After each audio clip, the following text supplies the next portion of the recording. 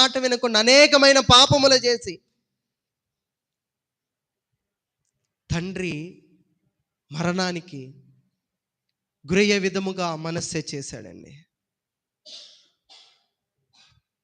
ఆ రీతిగా మన పరిస్థితులు ఉన్నాయేమో. ప్రతి యవన బిడలారా, మీ యొక్క పరిస్థితుల్ని మీరు పరిశీలన చేసుకోండి. మనస్సే మనకి నేర్పుతున్న గొప్ప పాఠం ఏంటంటే, తల్లిదండ్రులు ఆలోచిస్తారండి, చాలా ఆలోచిస్తారు. బిడలు విరోధముగా ఉన్నప్పుడు, బిడలు మాట వినకుండా ఉన్నప్పుడు, బిడలు పాపములలో లీనమైపోయి బ్రతుకుతూ ఉన్నప్పుడు ఆలోచన వస్తూ ఉంటుంది. అలాగుననే హిజ్కియా ఆలోచనకు గురైపోయాడు, మరణానికి దగ్గరైపోయాడు. అయినా కానీ తనకి బుద్ధి రాలేదు. మనస్సేకి ఇష్టానుసారంగా జీవించాడు. ఎప్పుడైతే తన జీవితంలోకి బందీగా వెళ్ళాడో ఒక రాజ్యంలోనికి, ఎప్పుడైతే గొలుసులతో కట్టేసి హింసించారో అప్పుడు గుర్తొచ్చింది, పశ్చాత్తాపం వచ్చింది. దేవునికి స్తోత్రం, హల్లెలూయా. అలాగా తండ్రిని కోల్పోయినప్పుడు పశ్చాత్తాపానికి గురవటం కాదు, శరీర శోధనలు బాధలు వచ్చినప్పుడు పశ్చాత్తాపానికి గురవటం కాదు, నీకు ఇచ్చిన గొప్ప సమయాన్ని బట్టి, నీకు ఇచ్చిన మంచి పరిస్థితిని బట్టి ఇప్పుడే నీవు దేవుని తట్టు తిరిగితే దేవుడు నీ తట్టు ఉంటాడు. దేవుడు మన పక్షానుంటే ఎవరైనా నిలుస్తాడా? నిలవలేడు. యెహోషువకి అదే చెప్పాడు ప్రభు, నేనుంటాను, ధైర్యం తెచ్చుకొని నిలబడు, భయపడొద్దు, జడియొద్దు. మోషేకి ఏ రీతిగా తోడై ఉన్నాను, నేను నీకు తోడై ఉన్నాను. నీ ముందు ఎవడును నిలవలేడు.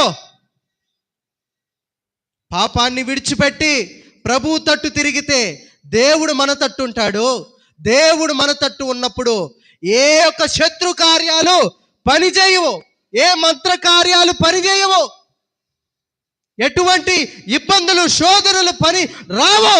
ఒకవేళ వచ్చినా కానీ దేవుడు మన పక్షాన ఉంటాడు. కాబట్టి ఒక మార్గము ప్రభు చూపిస్తాడు. మనష్షేకి తండ్రిని కోల్పోయి శరీరం బాధలతో ఇబ్బంది పడుతున్నప్పుడు, ఏంట్రా నా పరిస్థితి, ఏ రీతిగా నేను బ్రతికాను, ఇప్పుడేమో బానిసగా నేను వచ్చాను అని అనుకున్నప్పుడు వచ్చింది పశ్చాత్తాపం. పశ్చాత్తాపం అనేది ప్రతి ఒక్కరికి ప్రభువు ఇచ్చే గొప్ప వరము. పాపం చేసేటప్పుడు భయపడని నువ్వు దేవుని దగ్గర ఒప్పుకునేటప్పుడు ఎందుకు భయపడేది? ధైర్యంగా ఒప్పుకో. నీ దేవుడు కనికరము కలిగిన దేవుడు, నీ తట్టుంటాడు, నీ పక్షాన ఉంటాడు. ఆయన వాక్యమే తెలియపరుస్తుంది కదా. ఏమని వాక్యం తెలియపరుస్తా ఉంది? హోషేయ గ్రంథంలో ఏమని తెలియపరుస్తా ఉంది వాక్యము? నీ పాపము చేత నీవు కూలితివి కనుక నీ దేవుడైన యెహోవా తట్టు తిరుగుము. నీవు కుమిలిన వేళల్లో నీ భర్త తట్టు తిరగమని దేవుని వాక్యం తెలియపరచడం లేదు. నీ భార్య తట్టు తిరుగు, నీ తల్లిదండ్రుల తట్టు తిరుగు, నీ బిడల తట్టు నీవు తిరుగు అని వాక్యం తెలియపరచట్లేదండి. దేవుని తట్టు నీవు తిరుగు, నీ పాపాలు ఒప్పుకో అనేసి వాక్యం తెలియపరుస్తుంది. మనష్షే తన పాపములు ఎంతగానో దేవునికి విరోధమైన పాపాలు చేశాడు. తండ్రిని పోగొట్టుకున్నాడు. అనేకమైన బాధలు వచ్చినాయి. అప్పుడు పశ్చాత్తాపడ్డాడు. చాలామంది రాజులు కష్టాల్లో ఉన్నప్పుడు దేవునికి దూరం అవుతారు. కానీ మనష్షే తన శ్రమలో దేవుని వైపు తిరిగాడు.